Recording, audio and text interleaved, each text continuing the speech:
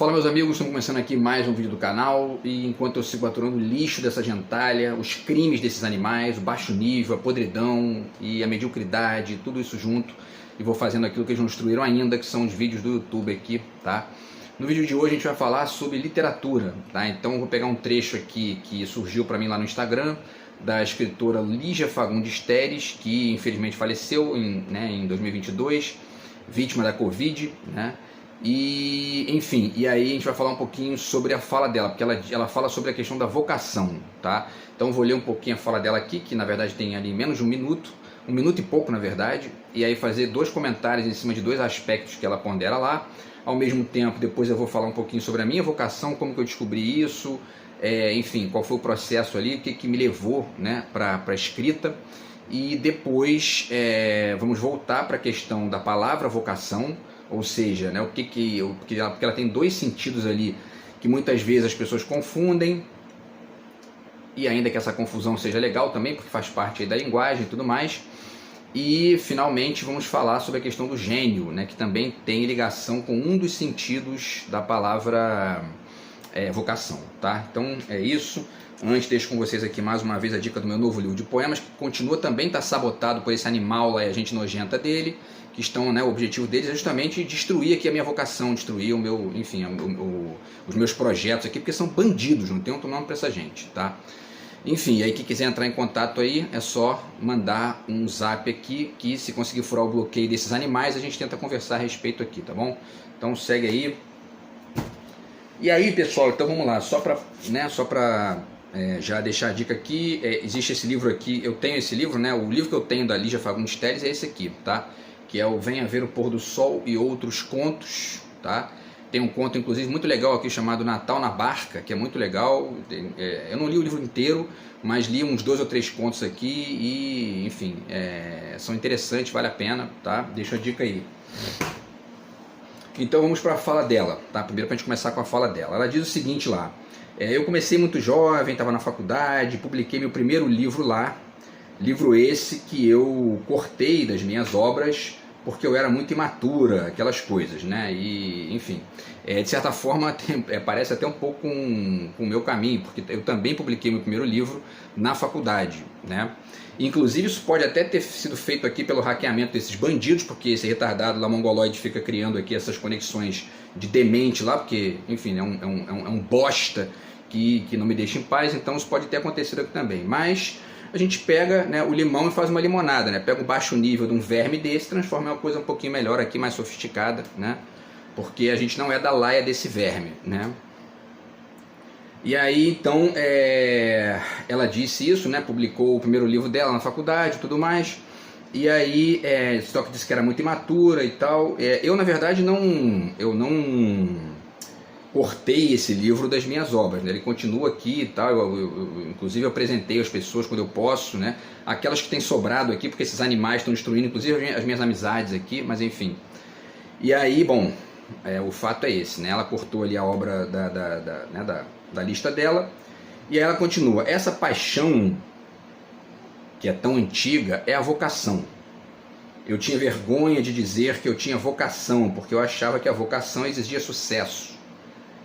E com o passar do tempo é que eu percebi que não tem nada a ver com sucesso. A palavra vocação, ela é nítida, ela é pura, né? Ela é isolada, não tem nada a ver com sucesso. Eu achava que vocação, e aí ela diz, né, como se ela estivesse falando lá com ela mesma: minha vocação é escrever. Eu achava que havia uma certa arrogância nisso. Não, nenhuma arrogância. Inclusive grandes e extraordinários escritores não tiveram o menor sucesso, tá certo? E são muito depois da morte descobertos, reconhecidos, etc. A grande verdade é isso, especialmente os escritores que, enfim, que escreviam antes ali, né, da internet e tal, porque muitas vezes não conseguiam nem editora e aí não tinham espaço para publicar, e aí evidentemente ficavam esquecidos. De repente no futuro alguém acha e aí começa a falar a respeito, né? E ela continua, né? Ela finaliza aqui: a vocação, que é o chamado, né, que é o vocare do latim, que eu acho lindo e tal. Ela diz: é o chamado, nós somos chamados e cumprimos. E aí ela está conversando com um outro escritor ali, que eu não tenho certeza, mas parece que era o Inácio de Loyola Brandão, que era o Roda Viva, né? E aí ela diz para ele, ó, eu estou falando com você porque a sua paixão também é a mesma. Então são dois apaixonados, modéstia à parte, pela palavra, sem exigir desta vocação o sucesso, que aliás, ou vem ou não tem importância nenhuma, cumprimos a nossa tarefa, tá? Então é uma fala muito legal, porque tem essa questão da vocação, né? Cada um tem a sua, cada um vai descobrindo as suas, e muitas vezes a gente vai aprendendo também mais vocações, além daquelas que a gente já tinha antes e tal, durante a vida. Isso aí é legal pra caramba e faz parte da vida, né? E aí tem duas coisas que eu acho legais de falar aqui, que é o seguinte. A primeira, ela fala que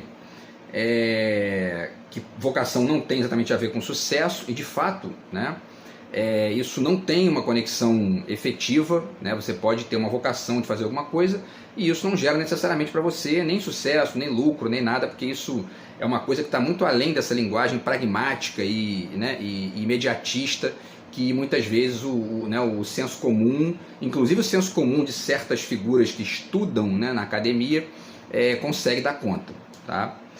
E aí essa é a primeira questão, né, que ela pondera aqui, que também vai voltar daqui a pouco quando a gente falar sobre outros detalhes, tá? E aí uma outra coisa que ela fala é que ela achava que havia arrogância, né, mas não tem arrogância nenhuma, porque justamente essa ideia de arrogância existia na cabeça dela, porque ela conectava, antes de entender essa diferença, vocação com sucesso.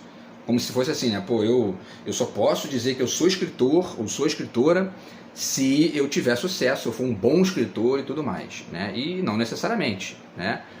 Por outro lado, existem diferenças que a gente vai também ponderar, e essas diferenças também estão, de certa forma, ali alocadas nos escaninhos do sentido dessa palavra vocação, tá? E aí, finalmente, ela fala da questão do chamado e tudo mais, que também, de certa forma, tem uma conexão com a religião, né? O dicionário ensina isso, né? Que essa palavra nasce lá ligada à religião, tá? Então são os vocacionados da religião e tudo mais, tá, pessoal? E aí também ela fala de paixão, né? Mas enfim, vamos falar um pouquinho aqui sobre dois aspectos do que ela fala, tá? Falar aqui rapidamente aqui, ó. Primeiramente, ela fala desse aspecto, né, de que a vocação não tem a ver com sucesso, portanto não tem a ver com resultado, necessariamente um resultado nem empírico, nem pragmático, nem financeiro, nem de reconhecimento. Isso muitas vezes não tem nada a ver com isso, tem a ver com o exercício daquilo que você gosta de fazer, que você se sente bem fazendo e que você vai, enfim, né, exercitando ali no seu dia a dia de forma muitas vezes espontânea, tá? O Wisnik fala duas coisas legais aqui no livro dele sobre o futebol que tem a ver com isso, tá? Ele fala, por exemplo, aqui na página 106 e 107, tá? Ele fala sobre a questão do aspecto do tempo, do tempo livre e do tempo inútil, digamos assim, né, para resumir aqui a expressão, que o futebol tem em comparação com a maioria dos outros esportes coletivos mais famosos, e muitos deles que têm história nos Estados Unidos aí. Ele inclusive pondera que deve ser por isso, né, que provavelmente é por isso que os Estados Unidos tiveram, né, tem uma dificuldade de aceitar o futebol. Por quê? Porque o futebol tem aquele tempo do passe para o lado, né, do drible, do tempo inútil, né, aquele tempo que não é voltado necessariamente para o gol. E a firula, né, enfim, e a estratégia de ganhar tempo e etc e tal. Então ele fala de vários aspectos legais aqui, fala inclusive do juiz, né, que o juiz acaba sendo um narrador, de certa forma ali, onisciente, em terceira pessoa, que vai interferindo na história e tal. É bem interessante essa comparação que ele faz. Depois ele fala aqui também, né, de todo esse caráter de aposta do jogo, e aí ele diz, né, ele fala aqui que é mais, né, deixa eu passar aqui para outra página porque está aqui, né? E aí ele finaliza dizendo que, ao contrário, né, do basquete, do vôlei, do futebol americano, o futebol tem sobras, né? Então está aqui, ó, no futebol, está aqui na página 111, no futebol, ao contrário, as sobras, a valorização da posse de bola, o tempo produtivo e o tempo improdutivo, a catimba, o desperdício e a poupança, os olés, a impossibilidade de contabilização numérica ou gradual exaustiva, tudo faz parte do jogo, né? E aí ele vai falando de outros exemplos e tal. O placar descreve e não descreve a partida, é justo, é injusto, e ao contrário dos outros esportes, a contabilização não dá conta do acontecimento. Quer dizer, o futebol é um esporte que, nessa perspectiva aqui, ele funciona num registro que a cronologia, que a régua, etc. e tal, não conseguem descrever. E a vocação é também um pouco isso, né? Quer dizer, esse exercício do inutensílio, né? Para usar um termo do Manuel de Barros, está aqui o Arranjos para Assobio, tá? Quer dizer, o futebol é muito isso, e o próprio Wisnik cita isso também, essa questão do inutensílio. Ele fala até num outro trecho aqui que eu separei, né? Que talvez não dê tempo de falar tudo, mas ele diz aqui na página 306, ele fala exatamente isso, né? Porque na verdade quem inventou esse conceito de inutensílio foi o Paulo Leminski, né? E o Manuel de Barros puxou isso de lá. Então ele diz aqui, né? As jogadas, embora úteis, ganhavam aquela dimensão de inutensílio com a qual Paulo Leminski sintetizou a natureza ao mesmo tempo funcional e gratuita do objeto poético, né? Que é aquela coisa que funciona acima da banalidade entediante que gera um além, né? Então isso é muito o futebol tem muito disso, e a vocação idem, certo? Eu estou inclusive com esse livro aqui para ler, que é A Utilidade do Inútil, do Nútil Cordone, que fala de várias coisas interessantes nesse sentido aí, tá? E bom, essa é a questão. E aí, segundo ponto aqui do vídeo, né? Como que surgiu na minha cabeça a minha vocação para escrever, né? Eu tenho uma relação com a leitura que é desde criança, desde antes de saber ler, eu já lia, né? Porque a minha avó contava as histórias para mim lá, meu avô comprava as revistas em quadrinhos, e aí a minha avó lia as histórias para mim e tal, e enfim, isso aí foi aos pouquinhos fazendo parte ali do meu cotidiano, e depois eu passei a ler as histórias e virei colecionador de quadrinhos até os 20 anos, e nesse processo aí fui migrando para os livros aos pouquinhos, né? Então tá aqui essa revista que eu tenho aqui, que guardo com todo carinho aqui, que é o número 1 do Pato Donald, né, uma revista que foi a primeira revista em quadrinho publicada no Brasil. Então, quer dizer, isso aí faz parte da minha história aqui. Mas tem um detalhe que eu vou ponderar com vocês depois que eu mostrar os livros aqui, né? Então, ainda na minha infância ali tem esse livro aqui, que é o Meu Pé de Laranja Lima, do José Mauro de Vasconcelos, tá? Também ali na infância tem esse livro aqui do Robinson Crusoe, né? E aqueles livros que você lê na escola também, né, e tal, meio que por obrigação, mas alguns você se interessa, outros não. E aí quando eu cheguei no início da fase adulta, passei a migrar para os livros, né, propriamente ditos. Eu sempre cito aqui o livro do Carl Sagan, O Mundo Assombrado pelos Demônios, que foi um livro, né, dos mais importantes aí na minha vida. E também a Agatha Christie, está aqui, né, O Assassinato no Expresso do Oriente, foi o primeiro dela que eu li. Já li mais de 40, acho que uns 45 livros dela, então quer dizer, faz parte aí também do meu itinerário. E aí depois comecei a escrever. Bom, mas vou chegar lá. O ponto chave aqui nessa história é como que eu descobri a minha vocação para escrever, na verdade, né? E para escrever literatura, ao mesmo tempo filosofia e tudo mais. Desde criança eu sempre gostei de coisas inteligentes. Então, inteligente me interessa, é inteligente, eu quero saber, eu quero estudar isso aí, quero entender e tal. E aí você meio que começa a se vincular a certas coisas específicas e vai conhecendo, vai achando bacana, uns aspectos você acha legais, outros não. E no primeiro momento ali da minha vida, o meu interesse foi por biologia, por ciência, né? Por isso, talvez, que eu tenha chegado no Carl Sagan lá no início da fase adulta. Eu li, inclusive, o Origem das Espécies, do Charles Darwin, ainda adolescente, né?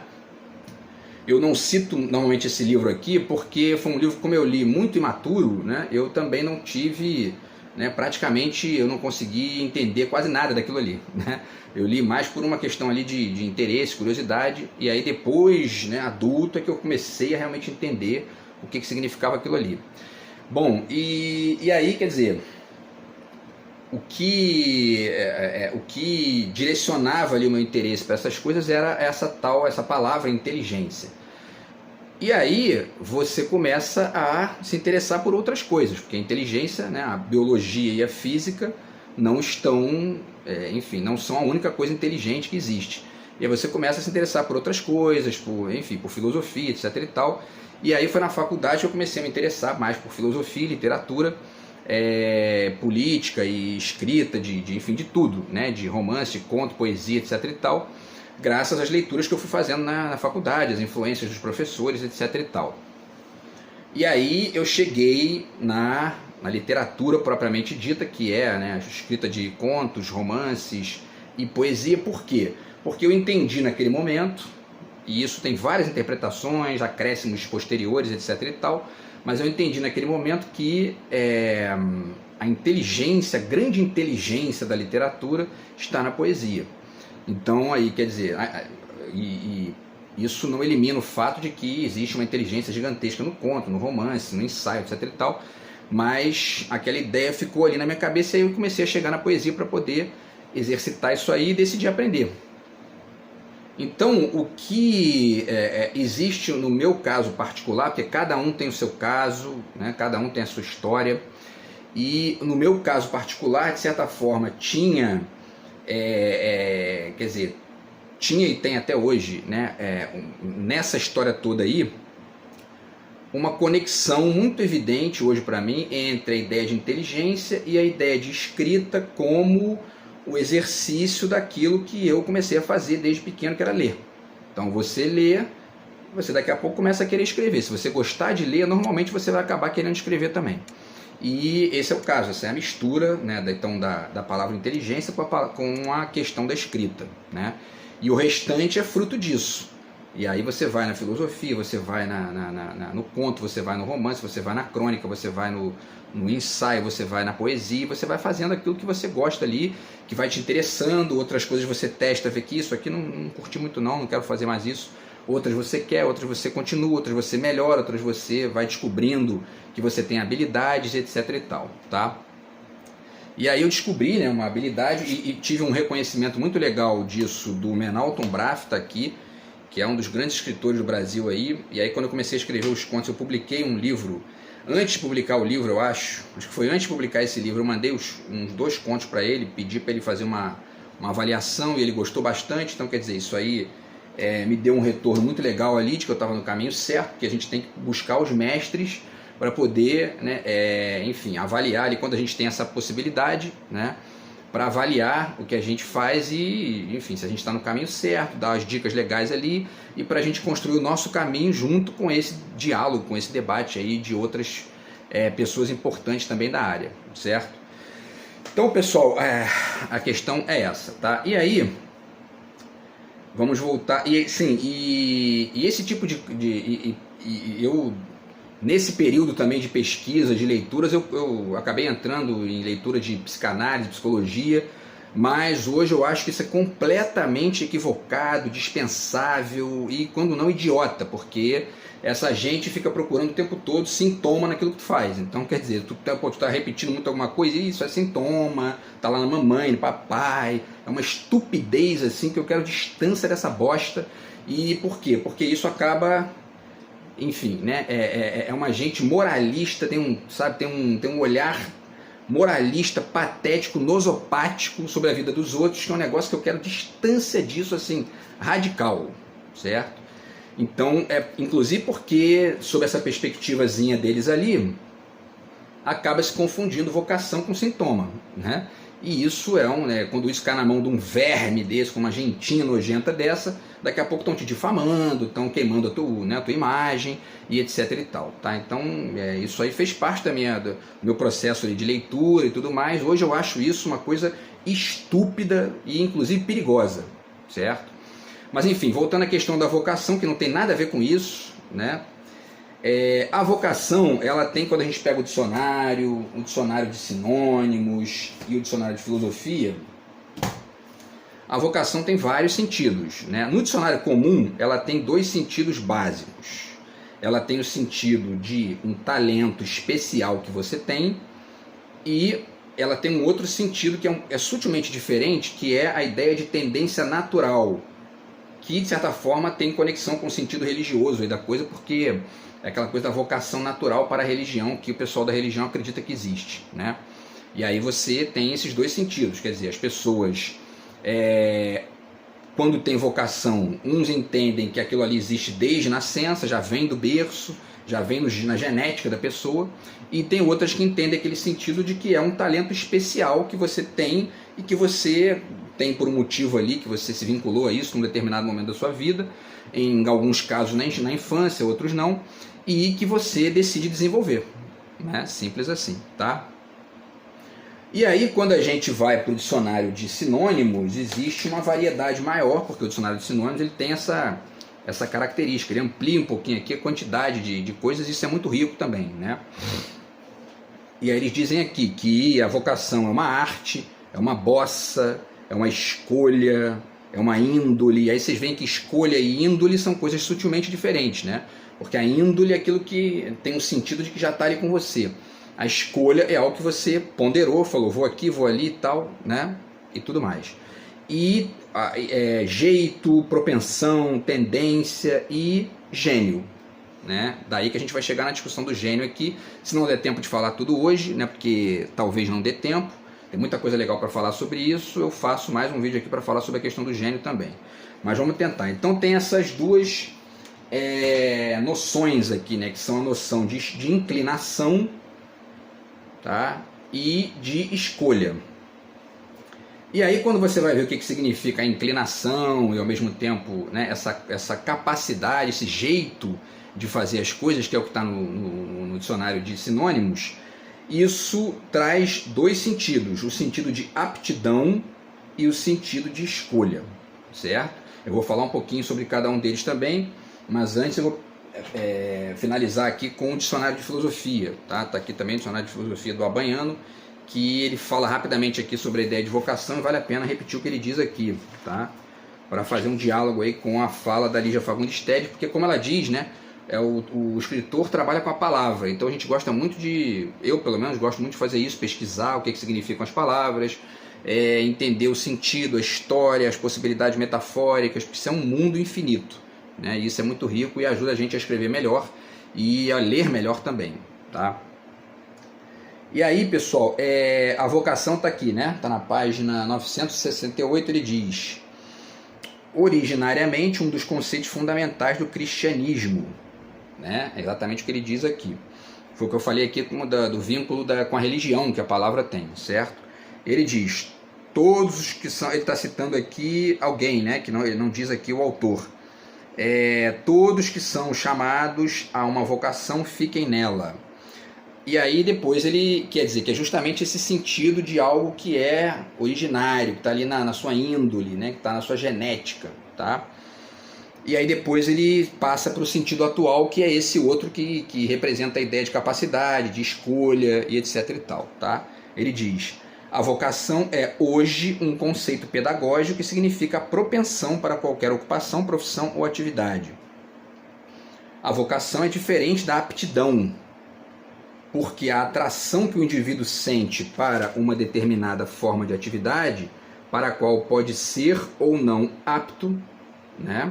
A aptidão pode ser controlada objetivamente, a vocação é subjetiva. Então, repetindo o que ele falou aqui, ele diz que é diferente da aptidão porque há uma atração que o indivíduo sente para uma determinada forma de atividade para a qual pode ser ou não apto. O que significa isso? Mais ou menos aquilo que a gente ponderou no início quando deu o exemplo do futebol aqui, né? Quer dizer, muitas vezes, tem muita gente que tem uma vocação por atração para fazer alguma coisa, mas não chega às vezes nunca em ter uma qualidade, um desenvolvimento mais amplo, mais complexo. Por exemplo, no caso do futebol, muitos não viram craques. Muitos jogam futebol a vida toda e são os jogadores que a gente chama de medianos, né? Aquele cara que ele faz o feijãozinho com arroz e tal, mas não chega nunca a ser um Pelé, um Zico, um Romário, etc e tal, né? E tem os craques, tem aqueles que têm, e aí tem essa diferença, né? Da aptidão para escolha, né? Justamente, que é o sujeito que gosta, né, do futebol, ele vai e tal, ele quer jogar, ele está escolhendo jogar. Não significa que ele vai chegar num ponto de aptidão, né, de qualidade, de desempenho, de desenvolvimento, que chegue no nível, enfim, né, dos melhores. Isso não, uma coisa não tem nada a ver com a outra, uma coisa não elimina a outra, né? O fato de você não ser um craque não elimina a sua vocação para jogar, porque a sua vocação não está ligada só à sua qualidade, mas também à sua, enfim, à sua escolha, né? Ao seu gosto por fazer aquilo. E aí eu penso no futevôlei, por exemplo, que tem certas pessoas que jogam 20, 30 anos e são aquele a gente chama de feijão com arroz, né? Mas adoram o jogo, estão ali todo final de semana jogando, e é isso aí mesmo, faz parte, porque é uma vocação da pessoa gostar daquilo, né? Então, para finalizar, vamos falar desses dois sentidos aqui da palavra vocação, tá? Que são o sentido da aptidão e o sentido da escolha, só para resumir aqui, né, os pontos, e aí eu deixo para falar sobre a questão do gênio, que tem muita coisa legal também. No próximo vídeo aqui eu faço mais um vídeo para falar da ligação do gênio com a vocação, que é digamos, né, é um andar superior da aptidão, né? Ao mesmo tempo que esse conceito também tem uma série de rediscussões aí, modernas e contemporâneas, que vale a pena também ponderar, tá? Então, pessoal, vamos lá, só para finalizar aqui, tá? Deixa eu ver aqui onde que está o negócio, tá aqui, né? Sim, então, a aptidão, quando você tem aptidão, ou seja, quando a sua vocação está conectada com um desempenho, com qualidade, enfim, com um encaminhamento que você vai fazendo vertical, né? Ou seja, você vai caminhando no sentido vertical para um desempenho melhor, mesmo que eventualmente você nunca seja descoberto, porque, né, como a Lígia Fagundes Telles ponderou, muitas vezes isso não é um resultado necessário, né? E que acontece, né? Muitas vezes você ganha com aquilo, e muitas vezes é só uma questão pessoal mesmo, tá? Inclusive existe na história da ciência aí, né? Vamos ver o tempo aqui, figuras que, enfim, descobriram coisas brilhantes, o Galileu é um exemplo, né? O Galileu descobriu, né, enfim, várias questões, né, ligadas à astronomia, aquela questão da Terra ser o centro do universo ou não, etc e tal, e foi impedido ali por um grupo de retardados da época, que tinham muito poder, de exercitar sua vocação e de contribuir para a humanidade. Isso só foi descoberto depois. Passou os últimos anos da vida dele em prisão domiciliar, porque, né, a igreja que comandava, e é isso aí, né? Então o Galileu é um ótimo exemplo do que a Lígia Fagundes Telles ponderou lá, tá? Então a aptidão é essa evolução mais rápida, quer dizer, quanto mais você estuda, quando você está estudando o que é a aptidão, né? Quanto mais você estuda, mais você percebe quem são os mais aptos e os menos aptos. No caso da literatura, por exemplo, quem são os melhores escritores ou os piores dentro de uma perspectiva mais estudada, né? Porque existe inclusive a aptidão para estudar também literatura e outras coisas na vida, né? E tem a escolha. E aí na escolha essa vocação ela não se desenvolve nem de maneira rápida, e às vezes nem se desenvolve, é só o fazer por si mesmo ali, como um mero prazer, como uma paixão, né? Como diz a Lígia Fagundes Telles, tá? Então eu dou um exemplo aqui que é meu para finalizar em relação ao futevôlei, por exemplo, né? Quer dizer, eu joguei com o pé direito só até os 28, 29 anos. De repente eu falei, comecei a jogar uns torneios mais difíceis, falei, se eu não usar o pé esquerdo aqui, eu não vou ganhar de ninguém. E aí eu comecei a treinar o pé esquerdo, treinar, e depois de um certo tempo meu pé esquerdo é igual ao direito. Eu nunca tinha usado o pé esquerdo até os 28, 29 anos. É uma questão de você colocar na cabeça, vou estudar, vou fazer, você planeja, você projeta, você estuda, e se você tiver aptidão, você chega lá. Tem gente que, para finalizar aqui com uma brincadeira em relação ao futevôlei, tem gente que o pé direito é pior do que o esquerdo, que muitas vezes nem usa, né? Mas enfim, isso aqui é só uma brincadeira para explicar um pouco aí o que é essa questão da vocação e os dois sentidos que ela tem ligados a essa fala da Lígia Fagundes Telles, tá? Então, enfim, pessoal, essa foi a questão do vídeo de hoje. Aí amanhã a gente continua essa reflexão, finaliza falando da questão do gênio, tá? Que é justamente esse andar superior da aptidão e ao mesmo tempo uma questão complexa da discussão moderna e contemporânea, tá bom? Então é isso, a gente se fala no próximo vídeo. Grande abraço aí, tamo junto, fui.